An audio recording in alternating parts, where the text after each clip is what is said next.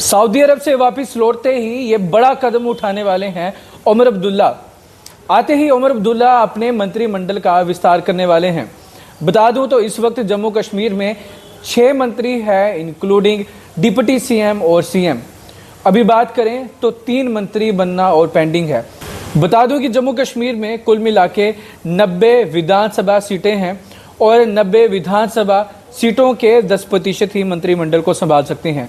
यानी कि कुल मिला के 6 मंत्री अभी जम्मू कश्मीर के पास हैं, 3 अभी बनने वाले हैं और ऐसे में कांग्रेस के मंत्री भी शामिल होने वाले हैं। जो सूत्रों के हवाले से हमें खबर पता चली है, इसमें कांग्रेस के जो 2 बड़े नाम शामिल है, इसमें जीए मीर का नाम भी शामिल है और तारिक हमीद कर्रा का नाम भी शामिल है। यानी कि इन दोनों में से एक को मंत्री या दोनों को मंत्री भी बनाया जा सकता है। कुल मिला के 3 मंत्री और बनने वाले हैं। इससे पहले जो हमें खबर पता चली है तो महाराष्ट्र और झारखंड के चुनावों को मद्देनजर रखते हुए ही कांग्रेस के आला कमान ने नेका को मना किया था कि अभी हमें डायरेक्टली इसमें शामिल ना करें, क्योंकि कहीं ना कहीं अगर ये जम्मू कश्मीर का हिस्सा बन जाते तो मुश्किल पड़ती इन्हें वहाँ के चुनावों में। लेकिन अभी रिजल्ट आ चुके हैं तो अभी डायरेक्टली ये सरकार में शामिल हो जाते हैं तो कुछ बड़ा इम्पैक्ट नहीं पड़ने वाला है, क्योंकि शुरुआत से ही जो जम्मू कश्मीर में हुआ इसकी बातें महाराष्ट्र और अन्य राज्यों में चल रही थी जहां पे इस समय चुनाव थे।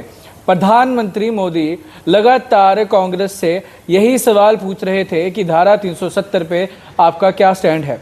असेंबली में जब स्पेशल स्टेटस का रेजोल्यूशन पास किया गया तो ऐसे में भी कांग्रेस ने अपना ओपन स्टैंड नहीं लिया था। और जब जम्मू कश्मीर में सरकार बननी थी तो उस वक्त भी हमने देखा कि कांग्रेस ने डायरेक्टली आके सपोर्ट नहीं दिया, इनके साथ मिलकर सरकार नहीं बनाई।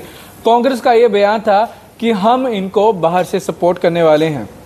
उसका मेन कारण क्या था कि अन्य राज्यों में होने वाले चुनाव, क्योंकि लगातार हमने देखा भारतीय जनता पार्टी कांग्रेस पे और अलायंस में निशाना साध रही थी कि ये लोग आतंकियों के, अलगाववादियों के सपोर्ट में है। लेकिन हमने क्या देखा, कांग्रेस ने डायरेक्टली वहां मना किया कि हम स्टेटहुड की सपोर्ट में हैं, धारा 370 को लेकर हमारा कोई स्टैंड नहीं है। तो अभी दोनों राज्यों में चुनाव हो चुके हैं, रिजल्ट आ चुका है, तो ऐसे में वक्त आ चुका है कि जम्मू कश्मीर में जो 3 वैकेंसीज खाली पड़ी हैं उनको भरा जाए। ऐसे में 2 नाम कांग्रेस के भी शामिल हो रहे हैं। दोनों में से एक को मंत्री बनाया जा सकता है या शायद दोनों को भी मंत्री बनाया जाए। और इसी के साथ में बाकियों की बात करें तो इसमें नेशनल कॉन्फ्रेंस के कई एमएलए हैं जो मंत्रिमंडल में आ सकते हैं। हमने एक लिस्ट बनाई है, वो भी तथ्यों के आधार पर, और उन विधायकों के नाम शामिल किए हैं जो कि उमर अब्दुल्ला के मंत्रिमंडल का हिस्सा बन सकते हैं। सबसे पहले नाम है तारिक अहमद कर्रा का। यदि इन्हें मंत्री बनाया जाता है तो जो श्रीनगर में रिप्रेजेंटेशन है वो बन जाएगी, यानी कि इस समय श्रीनगर को रिप्रेजेंट करने के लिए कोई नहीं है। यदि ये मंत्री बन जाते हैं तो वो वैकेंसी भर जाएगी।